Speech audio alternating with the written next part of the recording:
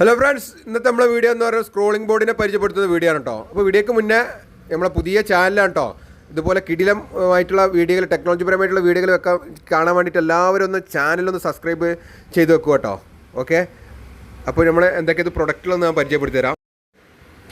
ഇപ്പോൾ ഫ്രണ്ട്സ്, ഇതാണ് കേട്ടോ ഇതിൻ്റെ പീറ്ററിൻ്റെ ഇതിൻ്റെ ഇതിന് ടൈൽ എന്നാണ് പറയല്. ഇതാണ് RGB ആണ് കേട്ടോ, കളറാണ്, കളർ പാനലാണ് കേട്ടോ അത്. ഓക്കെ, ഇതിന് പീറ്റൺ എന്ന് പറയും. അതുപോലെ ഇതാണ് ഇതിൻ്റെ കൺട്രോളിങ് കേട്ടോ, ഇതിൻ്റെ മെയിൻ കൺട്രോളിങ്, ഇതിന് കൺട്രോൾ ചെയ്യുന്ന മെയിൻ കൺട്രോളിങ് ബോർഡ് ഇതാണ്, ഇതിൻ്റെ ഹൃദയം എന്ന് വേണമെങ്കിൽ പറയാം. ഓക്കെ, ഇതാണ്. പിന്നെ വരുന്നത് SMPS ആണ് കേട്ടോ, 5 വോൾട്ട് SMPS ആണ്.